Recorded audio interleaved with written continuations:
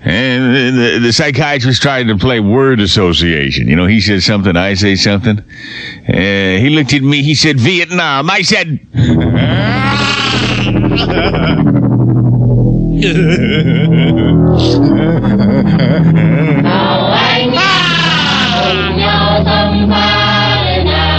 Why do I keep hearing those voices?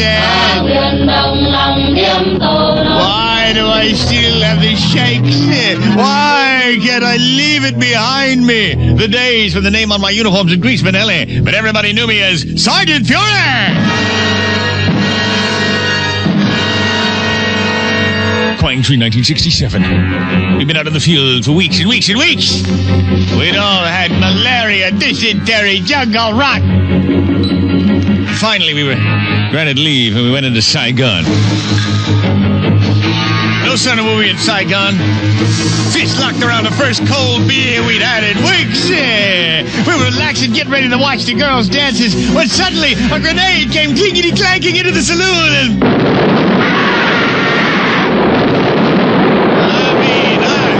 telltale clank of the pin as it hit the floor, so I managed to get underneath the table. When I looked around, destruction was everywhere. MPs were running, batons at the ready. I watched as they had the terrorists locked inside some stinking rundown building. Smoking a Camel, I walked over there as they were loading up automatic weapons, talking on walkie-talkies, putting on flak vests, getting ready to make a frontal assault. Some guy from the demo crew was getting ready to blow out a side wall. I said, wait a minute. You got one lousy VC in there, for crying out loud. And you're making a federal case out of it.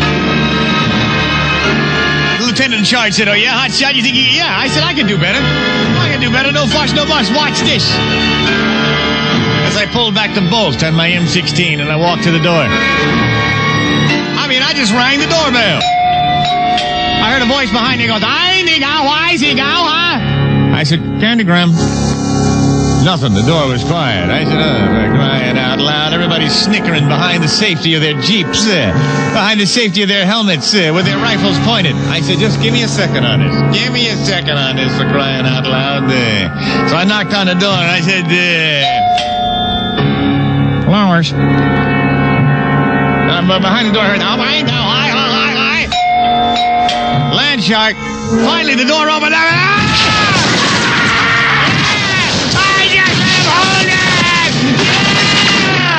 Oh, Nelly. And as everybody watched in amazement, I just flicked my Camel in the distance. I said, you take care of it from here. Well, we went back to the bar. We had us another time. Another laugh. Another 3 months to go. Months of search and destroy. Months of action. Months of... incoming! Grab some real estate! Until finally, my time was up. I couldn't believe that I'd survived. And when they shipped me out, it was almost unreal to see the Statue of Liberty. To be sitting in my parents' living room with Estelle, scantily clad. Yes, my parents said, well, I guess you two have a lot of catching up to do. Come on, Oscar, let's leave the two lovebirds alone. I just sat there smoking a Camel, watching Estelle. She had on this really flimsy nightie.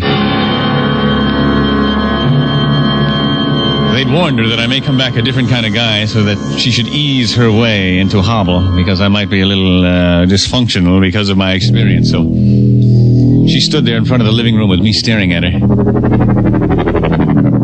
She took off the nightie and dropped it to the floor, smiled, and said precociously, "Look what the wind blew off."